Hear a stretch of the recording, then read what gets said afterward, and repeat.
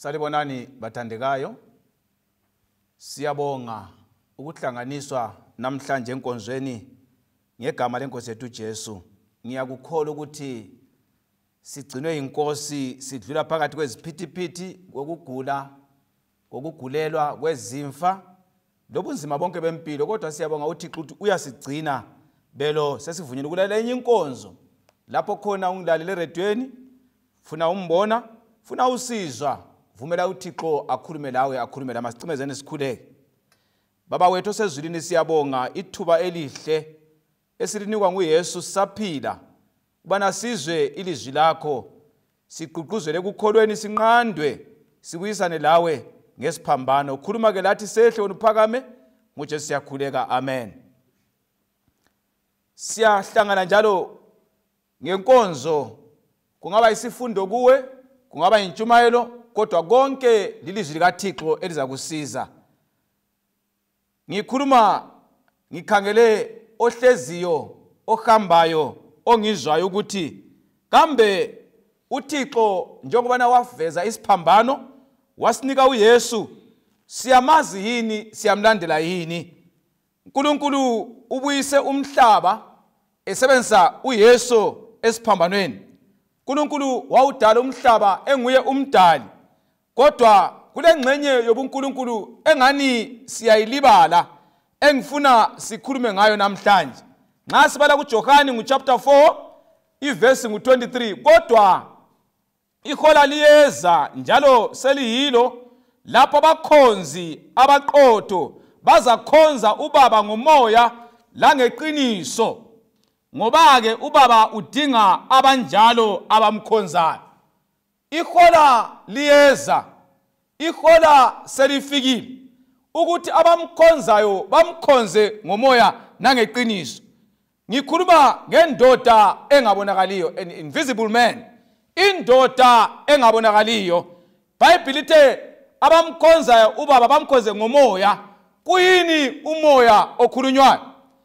Kambe yilo esubona uphephetha yini? Kambe ngumoya ongawufaka phakathi kwetube yebhasikili na? Kambe ngumoya ongawuzwa uvuvunguza ebusuku? Hlobo esithandekayo, ngiyabona indoda yayitwa igcwele ngomoya. Lindoda yayigqoke isudu enhle, kwakukhala iziginci lamadrum, izigubhu, yawa phansi yahuba kwathiwa sefikele ngumoya. Kambe yiwo yini umoya esikhuluma ngawo na?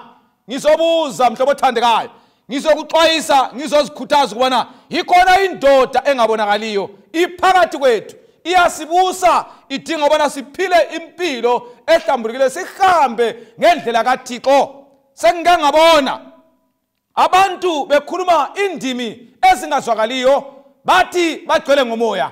Kambe umoya weqiniso okaThixo ungafika ukhulume yini into engazwakaliyo? Wena ungumoya oletha abantu kuYesu, ungumoya onguNkulunkulu, ungumoya olosindiso na?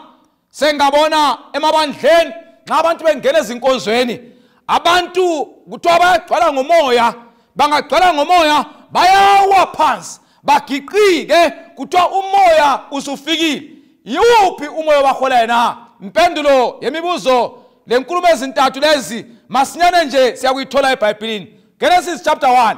Nxa sisungula iBhayibheli ekuqaliseni kwalo, sifica uThixo echasisa umoya ukubana kuyini. Umoya bathandekayo umele uhambelane lokuloba kaThixo. Umoya uchasiswa liBhayibheli, umoya uvela eBhayibhelini. Genesis 1 verse 1, ekuqaleni uNkulunkulu wadala izulu lomhlaba.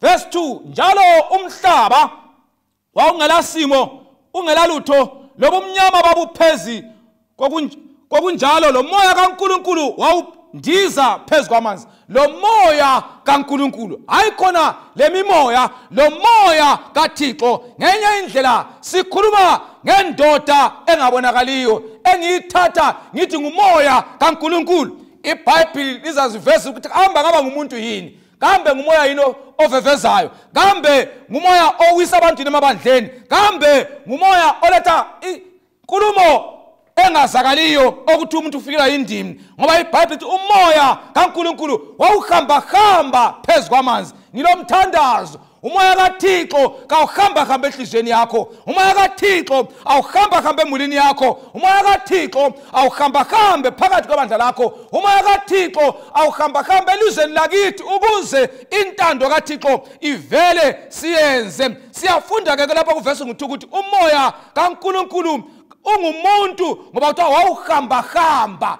Umoya ophephethayo kawula nyawo. Ngenye indlela umoya nguNkulunkulu ngoba uhamba. Umoya esifunda ngawo uzasiveza uThixo ukubana unguNkulunkulu ngokwakhe ngoba siyakwazi ukubana kulobuthathu bezulu, uNkulunkulu Baba, uNkulunkulu Indodana, then uNkulunkulu umoya oyingcwele, an invisible man.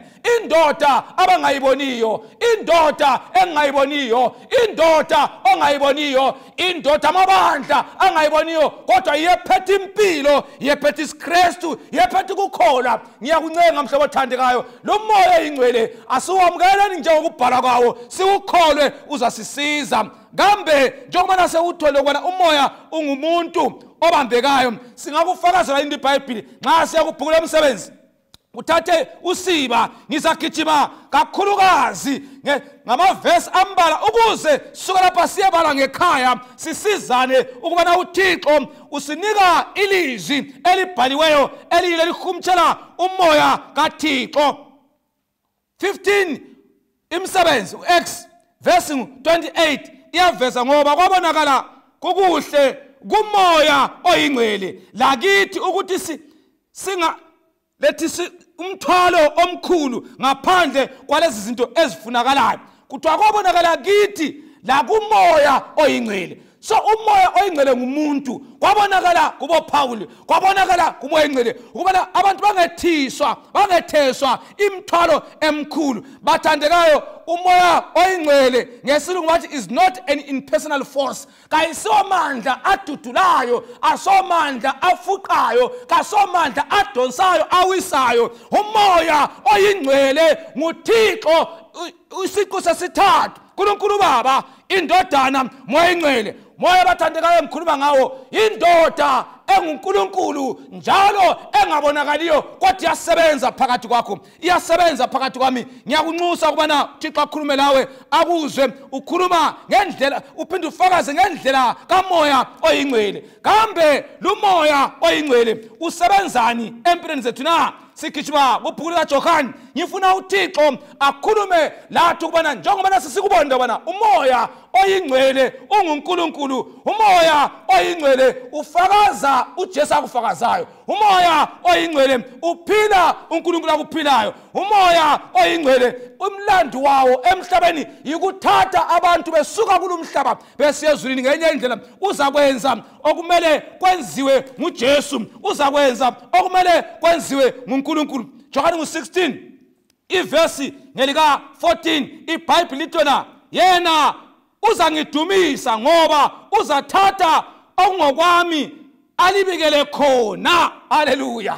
iBhayibheli litona nxa umoya oyingcwele ungafika kumfundisi, nxa umoya oyingcwele ungafika kulunga lebandla, nxa umoya oyingcwele ungafika ebandleni, nxa umoya oyingcwele ungafika kumprofeti, nxa umoya oyingcwele ungafika kubhishopu, nxa umoya oyingcwele ungafika kumthungameli, kawukhulume enye into, ubuyela eBhayibhelini, ubuyela kuYesu, ubuyela entandeni kaNkulunkulu. Kuthiwa nxa esefikile umoya oyingcwele uza kukhuluma uYesu amthume khona. Okwakhulunywa nguYesu kuMatewu, kwakhulunywa nguYesu kuLukha, kwakhulunywa nguYesu kuMarku, kwakhulunywa nguYesu esebenzisa uPaul emabhukini aseBhayibhelini oHebrews labo balo ngababala. Kumele kufakazelane lo moya oyingcwele ngoba umoya oyingcwele yiwo uJesu awusebenzisayo uma nxa egqugquzela eletha umhlaba labantu ekusindisweni. Sithe thina umoya oyingcwele nguNkulunkulu, yisiqu sesithathu sobuNkulunkulu, yiGodhead eyingxenye koGodhead yesithathu. Ngenye indlela nxa uNkulunkulu engumdali, Then John 14 verse 6 athi Jesu uyindlela leqiniso lokuphila. Ngenye indlela umoya ingcwele la unesiqu sawo khonapho phakathi kuka Yesu eyindlela yokusa abantu ezulwini phakathi ukaNkulunkulu engumdali wadala izulu lomhlaba. Moya ingcwele kathi wona wenzani? Galatiya 5. Siyagijima ngithe uthathe usiba ubhale ngifuna ukuthi siyebala sibale sikholwe ukubana uThixo bathandekayo kasitshise emnyameni ulenhloso ngelizwi lakho ukubana lazakale bana nxa uJesu eyindlela nxa uYesu enguyothungamela abantu ukuthi bayobona ubaba kathi umoya oyingcwele uyini kathi umoya oyingcwele uyasiza ngani usiza ngani kulomhlaba na iBhayibheli lizasivezela bathandekayo Galatiya 5 iverse ngelika 16 iBhayibheli lilakho ukusigqugquzela lokusitshela intando kaNkulunkulu. Uverse ku16 utela kodwa ngithi kini hambani ngomoya lingagcwalisi la kanye inkanuko zenyama.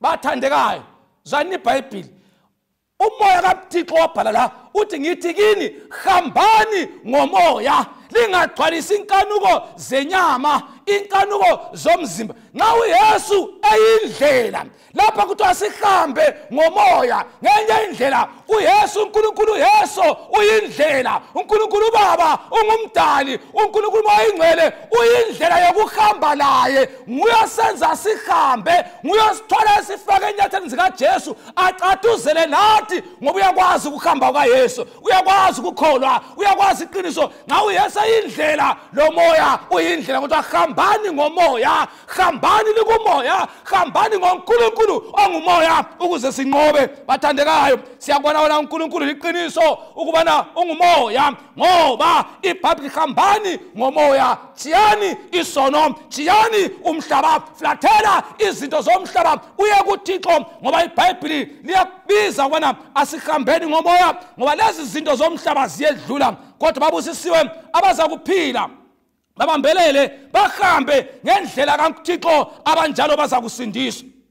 Bhayibheli kuJohane wokuqala 5 verse 6 to 7 lo nguye oweza ngamanzi legazi nguJesu Kristu kungisikho ngamanzi kuphela kodwa ngamanzi legazi lo moya nguye ofakaza ngoba umoya uliqiniso. Uthi yena uYesu weza ngegazi waya esiphambanweni kodwa umoya kaThixo onguNkulunkulu ofakaza ngoYesu. Bathandekayo hlobo zami ethandekayo ungileli khonapho mhlawumbe uyahamba ngemota mhlawumbe uhlezi inkazana iBhayibheli nxa ukholwa isiphambano nxa usiya kuChristmas kuhondeka Yesu zana indlela yokukhonza umoya kaThixo uyathungamela konke uJesu akutshoyo. Akula any invention entsha kakula ndaba entsha eza lo moya ingcwele ungabona suphila impilo esiKristu engafakazwa uYesu engafakazwa iBhayibheli kakula moya phakathi. Umoya kaThixo ufakaza ngoYesu umoya kaThixo uveza isiphambano umoya kaThixo uphakamisa intando kaBaba. Ngiyakuncenga mhlobo othandekayo yamukela indoda engabonakaliyo uYesu wayihamba indlela wachiya ipattern stick eyinikeza umoya wathi moya ingcwele ubaba wenzile mina sengikwenzile ngena endimeni uqoqa amadodana labathokazi ombuso wezulu ubalethe ekhaya abesilisa abesifazana abakhona kuJesu bayamukela umoya ingcwele ubafake endimeni bahambe ngendlela kaThixo abanjalo bazakubusisekwa ngenye indlela hlothana umoya oyingcwele unguNkulunkulu. Asazi abathathu boyingcwele njengelembu mfuna ababona abalibona ilembu leli kulabanye abathathu umoya ingcwele bawubambe bayinikeza abantu sengani uyabambeka kahle abathandekayo. Umoya kaThixo kayisilolembu nguThixo ngokwakhe uyazila vele simhloniphe simamukele ngokukholwa langelizwi likaThixo siza kunqoba uma singayenza okutsho ngumbhalo siphile ngendlela kaMlimi. Kambe umoya ingcwele nxa nguNkulunkulu singamwaphula yini umoya wakhe singamphambanisa yini ngoba sisenze into engayisiyo. Imisebenzi 5 X Imisebenzi 5 ngifuna sibale verse 3 lo 4 moya kaThixo singawuphambanisa yini ngoba la ngumuntu owonakala njengawungawona umakhelwane wakho ungawona umkakho acunuke. Moya ingcwele kulesikhathi lapha sakumakhona ukusebenza nxa abantu bephikelele baba ngamaphikankani bala uThixo ekhuza ekhusela.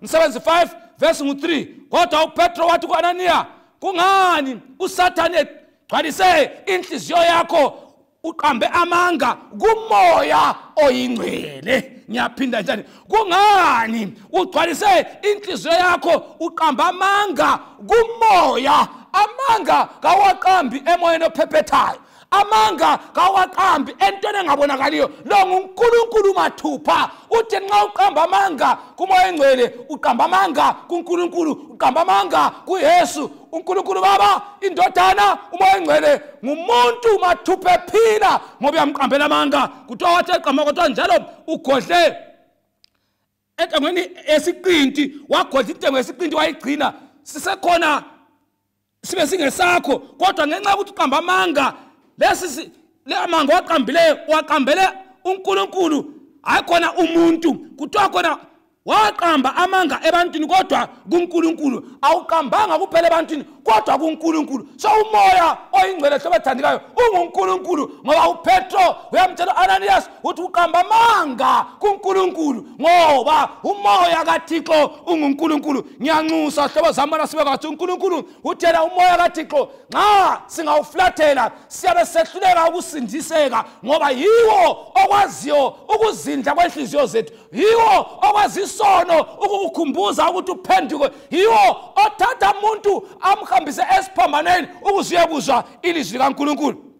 uNicodemus xa ehlangana loYesu uyatshelwa ukubana, uyayibala ngikhaya John 3 verse 1 ku 8, ukubana ukuze amandla okuphenduka abe khona sidinga umoya oyingcwele. Umoya oyingcwele uthungamela kuphendukeni. Umoya oyingcwele uyathola uNicodemus namhlanje othandabuzayo abe sesiyangena ekukholweni, angene embhaphathizweni, abe sehlala loThixo ngoba umoya oyingcwele uyabumthungamela. Umoya oyingcwele bathandekayo unguNkulunkulu. Ulingalo Baba lendodana, kasifundeni ukuthobela intando kamoya oyingcwele ukuze sinqobe langa uJesu sehla athi kwabathembeke kokuncane abalela umoya oyingcwele baza kusindiswa, ngoba fanele bazise uthi intando kaNkulunkulu ivela ngomoya oyingcwele. Umoya oyingcwele usinika ukuzwisisa okuzikileyo. 1 Corinthians 2 kodwa uqala ngo2 ngizabala verse amathathu laphana, verse ngu9.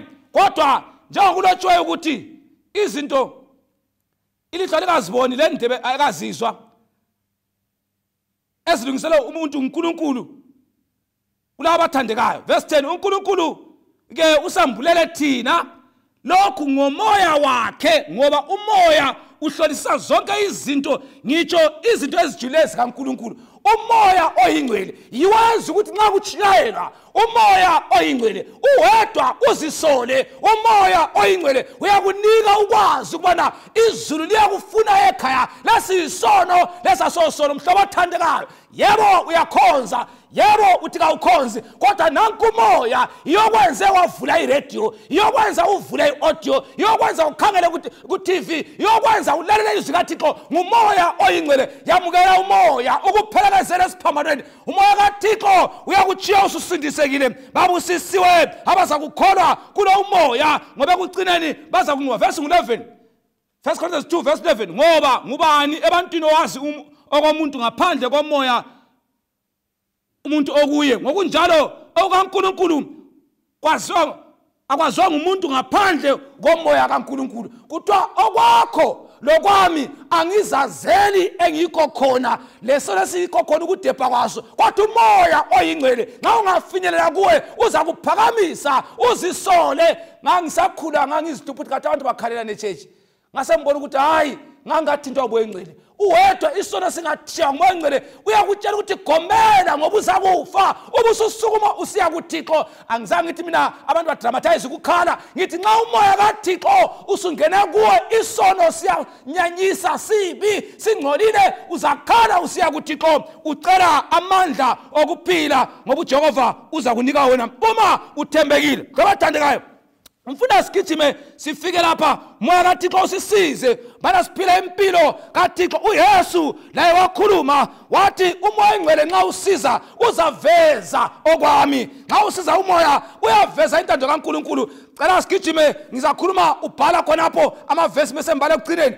Number 1, umoya oyingcwele bathandekayo uhlala phakathi komuntu ngoba ungubaba ogcina umuntu. Genesis 6 verse 3 mlimo wathena moya wami usaqhubeka uhleze emntwini ngoba umuntu sonile. Isono singaba kimi, isono singaba kuwe. Umoya kaThixo uyathutha, ubuNkulunkulu bukamoya buyathutha, kodwa ungahlala kuThixo. Umoya kaJehova uyakugcina. Yikubona lo muntu ongayecheche kwanisa ukunika umuntu izinto. Umusa lana uveli ngokuzalwa, uvela ngomoya kaThixo. Yikho abantu bencedana emhlabeni lanxa kulesono ngumoya kaThixo. Yikho yenelisa ukusukuma usiya ebandleni uyakhonza ngumoya kaThixo. Yikho sivukile ekuseni singabaphilileyo ngumoya kaThixo, ngoba uThixo umsebenzi wakhe yikugcina. He resides in man. Uhlala phakathi kwabantu ukuze anqobe impilo ebekhona. Umoya kaNkulunkulu uyafundisa. Bathandekayo, umoya kaNkulunkulu uyafundisa. Ngilohlupho lo moya engiubonayo osemabandleni amaningi. Ngilohlupho lo moya osetshenziswa ngabantu abaningi ngoba okaThixo uyafundisa umbhalo. okaThixo ubisela abantu esiphambaneni. okaThixo ubisela abantu ekukholweni. okaThixo usekela imbhalo kaJehova ngoba kubhalwa iBhayibheli yiwo ubhala umoya kaThixo. Unikeza uMosi yiwo uphakathi kwaMosi uzubala kaThixo. La uphenduka yiwo enza uphenduke. La ulalele yiwo enza ulalele. Gobela intando kamoya. Umoya kaThixo uthola ngelizwi olizwa kathesi, ngelizwi elikaNkulunkulu eliza kuwe. Yamukela uJesu njengomsindisi. Umoya kaThixo yiwo kuletha kuYesu, uza kunika amandla ukuthi ugcine intando kaYesu uphile ngayo. NguLukha 12 ivesi ngelika 12. iBhayibheli lisiveza umoya kaThixo uyafundisa ngoba umoya oyingcwele uzalifundisa ngalelo hola izinto elifanele ukuzikhuluma. Ibandla likhona nje bethandikayo.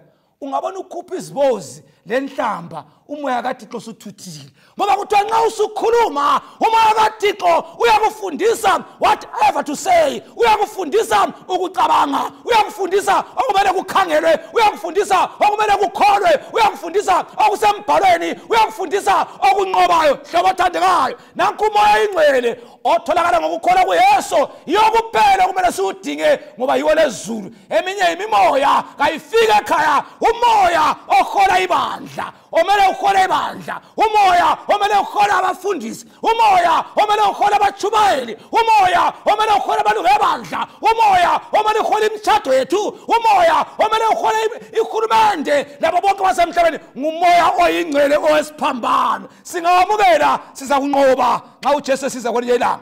Umoya oyingcwele kuthiwa wenza sisole isono bese sikuphenduka sime ekukholweni. Le ngifuna ukuyibala njalo ngoba kulamazwi engafuna ukwakhonyela aphume eyiwe. Umoya oyingcwele kuthiwa khona wenza umuntu azisole abone ukuthi eyedwa angeke aphile abese siya kuYesu. NguJohane ofana naye 16 ivesi 8. Nxa sefikile yena uzaqinisekisa umhlaba ngesono langokulunga langesigwebo. Umoya oyingcwele ungafika usitshengisa isono aphinda asitshengise ukulunga lokuthi umhlaba uzagwetshwa. Sengengezwa intshumayelo esithi umhlaba sizahlala kuhle semhlabeni sakhe kude semhlabeni. Abanye bathi kuthiwa i-gospel of prosperity, ivangeli lokuphumelela. Kodwa umoya oyingcwele oyiqiniso uyakutshela ngokuthi isono sibi, ukutshele ngokulunga kwesiphambano, ubusukutshela ngokugwetshwa okuzayo. Umhlaba bathandekayo uzakuphela. Ungabona umoya odabula kuphela komhlaba kasomoya kaThixo. Ungabona umoya othi ivangeli lenotho kasomoya kaThixo. Ungabona umoya othi ngapha silungisa imitshato, ngapha sinemithi yabadoda, ngapha sinokuthambisa. Asomoya kaThixo. Umoya kaThixo ukutshela ngokulunga kwesiphambano. Umoya kaThixo ukutshela ngesono. Umoya kaThixo ukutshela ukuthi umhlaba uza kugwetshwa nabathanda umhlaba. Angazi into abathandekayo, ngumoya bani okuhola empilweni yakho? Ngumoya bani okuthungamelayo? Ngomoya kaThixo ucacile ukubana uletha abantu esindisweni. Ungaya kumsebenzi 13 verse 2 uyibhale. Umoya kaThixo uthungamela ukuhleleka kwebandla lenqubo yebandla. Kodwa khona sikhetheleni uPaul noBarnabas baphume umoya oyingcwele. Umoya kaThixo une order ngoba ibandla lingala order. Umoya Masuthelele bathandekayo. Umoya kaThixo uyalawula ibandla, uyalawula impilo yesiKristu. Emulini wabona kule ngqabano kawusekho umoya kaThixo. Uyalawula imuli ukuthi ubaba ule role yakhe, umama ule ngxenye yakhe, umntwana ule ngxenye yakhe. Lebandleni kulomthungameli, kulo-asha, kulobani. Umoya kaThixo ulokuhloniphana, lokumamelana ngoba yiwo obusayo othungamele. Nasindoda engabanekeliyo, an invisible man. Ngikunika uYesu ephakathi komoya engcwele awusiyele wona athi ukuze ningikhole nanku umoya ozalithungamela ekufundeni konke engakutshoyo lizakuthola. Umoya engcwele yiwabhala iBhayibheli. 2 Peter 1:21 uzayibhala khonapha. Wabhala iBhayibheli, waphefumulela abantu iBhayibheli bathandekayo. Nxa ulibala obakwazi likutshela ngomoya engcwele, likutshela ngoYesu lo nkulunkulu nga bebathathu benje baza emhlabeni ukusindisa umhlaba. Vuma usindiseke, vuma ugoqeke ngoba umoya kaThixo uthungamela ekulungeni. Umoya kaThixo hlobathandekayo ngingawukholwa njani? Umsandisi 5:32 kuthiwa khona uma liwulalela lumoya liza kunqoba. Okokuqala engifuna bekwazi ukuze umoya kaThixo uthole, ukuze umoya kaThixo usebenze, obey. Bathandekayo kunabantu abathi bona imithetho siyadlula. Umoya kaThixo ngowe-obedience uyagqugquzela ukubona ukulela uJehova yikho kuze sisindiseke. Ungabona ungalalela umthetho kaJehova, ungalela uYesu ngendlela azibhalileyo, umoya kaThixo kawusekho. Ngoba kaThixo 5:32 umsebenzi uthi uma limlalela umoya kaThixo uza kusebenza kini. Okwesibili, umoya kaThixo xa ufuna ukwamukela, Luka 11:13 ucele uza kunikwa. Ask, you shall be given the Holy Spirit. Ungawucela umoya kaThixo uza kunikwa. Umoya kaThixo utholakala ngokucela. Msebenzi chapter 2:37 okwesithathu. Okokuqala lalela intando kaNkulunkulu, ilizwi kaThixo likhulunywayo uza kunqoba. Okwesibili ucele lumoya uza kunikwa. Okwesithathu nxa sifunda kumsebenzi 2 ivesi ngelika 37 umoya kaThixo kukhona sinika kona kumele sikwenze engizacela ukuthi ukwenze khathesi uma sigijima sisiya ekugcineni. Umoya kaThixo ukhangela ukuthi wenze ulutho empilweni yakho ukuze uwazi ukuthi yiwo osebenza kuwe. Lakimi ukuze sinqobe verse 37 sebekuzwa lokhu bahlabeka enhliziyweni basebesithi kuPetro laba behamba la abapostoli madoda bazalwane sizakwenzani na? Khona lombuzo phakathi kwakhe la, khona lombuzo mhlawumbe eminyaka ngenzeni, ngiyafuna ukukhonza kodwa ngibona ngisenza isono, ngiyafuna kulanda uThixo kodwa ngisakwazi okuyikho. Abantu abanengi nabachurch ngenzeni bathandekayo, inkonzo yisiphambano. Ungaya kuYesu umoya kaThixo uza kunika ukukhonza. Uverse 38 athi na uPetro wasephendula kubo wathi phendukani libhaphathize lonke ngamunye wenu ebizweni likaYesu Kristu ethethela izono zenu njalo lizakwamukela isipho sikamoya oyingcwele. Umoya kaThixo oyingcwele kawuhlali emntwini olesono esingavunywanga. Umoya kaThixo awuthungameli isono esingathethelwanga. Umoya kaThixo awuhlala emntwini ola umthetho usegcekeni. Ngenye indlela okokuqala lalela uThixo afuna ukuthi ukwenze elizwini lakhe. Okwesibili cela ukuthunganya umoya engcwele. Okwesithathu repent, phenduka ngoba umoya kaThixo uyagqugquzela abantu ukuthi baphenduke ukuze basindiseke. Ungabala ngikhaya umsebenzi 8 indoda yayisenqoleni ibala ibhuri kaIsaya umthenwa. Umoya kaThixo waphakamisa umtshumayeli wathi gijima ndawana nje uyamtshela ukuthi indaba ayibalayo kayizwisisi nxa engaphendukanga wangena ekukholeni. Umoya kaThixo kuthiwa wamphakamisa uPhilip wamngenisa enqoleni wasesithi mtshele baxoxisana. Ngemva kwengxoxo umthenwa wasekhona wathi kungcono ngibhaphathizwe, wabhaphathizwa. Hlabathandekayo umhlaba siko inqoli yagijima. Ilabantu abahlabela ingoma zebandla, ilabantu baphethe amabhayibheli atshiyeneyo, ilabantu abathi basenkonzweni bathandekayo. Abanye bagqoka ezimhlophe, abanye balamasuthi amahle, abanye bagqoka ezibomvu, abanye bale green. konke senqoleni iyahamba inqola yomhlaba sisiya kugcineni kodwa umoya kaThixo uyehla ngelizwi uthi zona yamukela uYesu njengomsindisi wakho. Yana eBhayibhelini umoya kaThixo uyachasa isambulo, uyachasa uDaniel, uyachasa uIsaya, uyachasa uDaniel labaGenesisi. Umoya kaThixo kawuna Bhayibheli olilahlayo, kawuna verse olilahlayo. Mhlobo othandekayo bafundisi bami, umoya kaThixo ubuyisela abantu eBhayibhelini, umoya kaThixo uhola abantu ekusindisweni. Ngicela umoya kaJehova usihole, umoya kaThixo uhambe lathi singawulahli. Efeso 4 verse 30, lingamdabukisi umoya oyingcwele elibekwa uphawu ngaye. Haleluya. Lingamdabukisi umoya oyingcwele elibekwa uphawu ngaye. Ukhona naleleyo umoya ngcwele sikuncengile iminyaka leminyaka, uyala ukutshiya isono sakho, uzamdabukisa njengoAnaniya. Ngiyakutshela mhlobo othandekayo, ukhona ulesikhathi unakufuna ukukhonza, uyadikaza, uzamdabukisa. Lingamdabukisi umoya ngcwele elibekwa uphawu ngaye. Ngiyakunxusa mhlobo othandekayo, vuma umoya kaThixo ufakwe uphawu ngaye. Yikho uMatewu 12 verse 31, esisono esingathethelwayo yikuthuka umoya oyingcwele. Isono esingaxolelwayo yikuthuka umoya oyingcwele. Kathi uhlambazela umoya oyingcwele awukhuphi inhlamba esintini oyaziyo.